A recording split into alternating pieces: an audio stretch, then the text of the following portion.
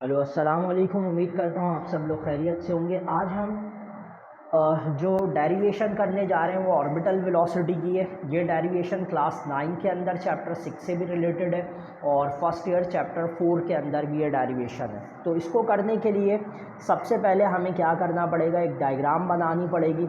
Orbital velocity लिख लेते हैं। अब डायग्राम में आप सबसे पहले अज्यूम करो ये आपके पास एक अर्थ है और अर्थ का आपको पता है जो आपके पास रेडियस है उसको आर ई से डिनोट करते हैं और मास को एम ई से। अर्थ के बाहर एक ऑर्बिट है, वहाँ पर एक सैटेलाइट है। वो सैटेलाइट एक सर्कल के अंदर मूव कर रहा है।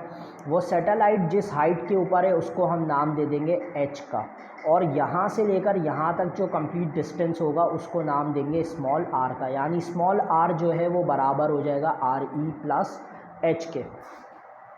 तो अब आपको पता है कि ये जो सैटेलाइट है इसका मास स्मॉल एम और ये एक सर्कुलर पाथ में इवॉल्व कर रहा है और दो मासेस हैं, तो इस वजह से यहाँ पर सेंट्रीपिटल फोर्स और ग्रेविटेशनल फोर्स दोनों फोर्सेस बराबर हो जाएंगी।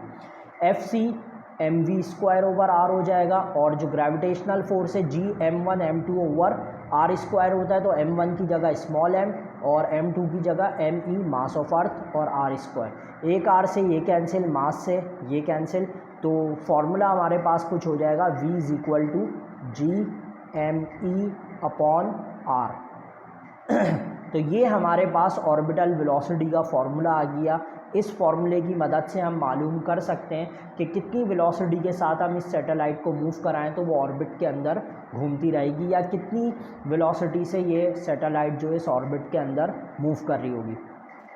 अगर साथ ही हमें इसका टाइम पीरियड भी मालूम करना है कि कितनी देर में ये एक सर्कल पूरा कर रही है तो टाइम पीरियड के लिए हम फॉर्मूला यहाँ पर ले लेते हैं v is equal to S upon T, velocity का फॉर्मूला है। और यहाँ पर जो s टोटल डिस्टेंस है सर्कल होने की वजह से 2 पाई r आ जाएगा, सरकमफेरेंस ऑफ सर्कल, और t को कैपिटल T वहाँ भेज देंगे तो ये हमारे पास हो जाएगा 2 पाई r अपॉन v। अब v का जो फॉर्मूला है हम यहाँ पर पहले निकाल चुके हैं। v का फॉर्मूला क्या निकाला था हमने, under root G M over R, ये हमने फॉर्मूला निकाला था। इस आर को हम यहाँ पर शिफ्ट कर लेते हैं तो ये कुछ इस तरह से हो जाएगा under root R G M E. अब अगर मैं इस आर के ऊपर रूट लगा के स्क्वायर कर दूं तो ये दोनों आर रूट के अंदर हो जाएंगे और स्क्वायर से रूट कैंसिल होगा तो आर वापस बाहर आ जाता है। तो इसको हम रूट के अंदर ले जाएंगे तो R1 और R2 R3 हो जाएगा हमारे पास और फॉर्मूला हो जाएगा GME। तो ये टाइम पीरियड का फॉर्मूला आ गया। इसकी मदद से हम पता कर सकते हैं कि एक सैटेलाइट जो है वो कितनी देर में एक राउंड पूरा करेगी ऑर्बिट के अंदर। बहुत जल्द नेक्स्ट वीडियो में मिलते हैं। अपना ख्याल रखिएगा। अल्लाह हाफ़िज़।